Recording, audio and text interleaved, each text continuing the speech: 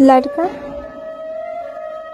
जिस लड़की को तुमने बर्बाद किया ना, उसका तो जिस्म नहीं, उसके इमोशन के साथ भी खेला तुमने। वो बिना बाप की लड़की थी यार। और एक बात याद रखना, बिना बाप की लड़कियों को कभी रुलाया मत कर, क्योंकि उनके पास कोई फायदा नहीं होता जो उनका आंसू पूछ सके। जब उनकी ब्रेकअप होती है ना, वो चुपचाप सब सह लेती है, हंसते हुए सब छोड़ देती है, लेकिन अंदर से पूरी तरह टूट जाती है। उनके दिल में बहुत दर्द होती है और वो दर्द किसी पर दिखा नहीं पाती।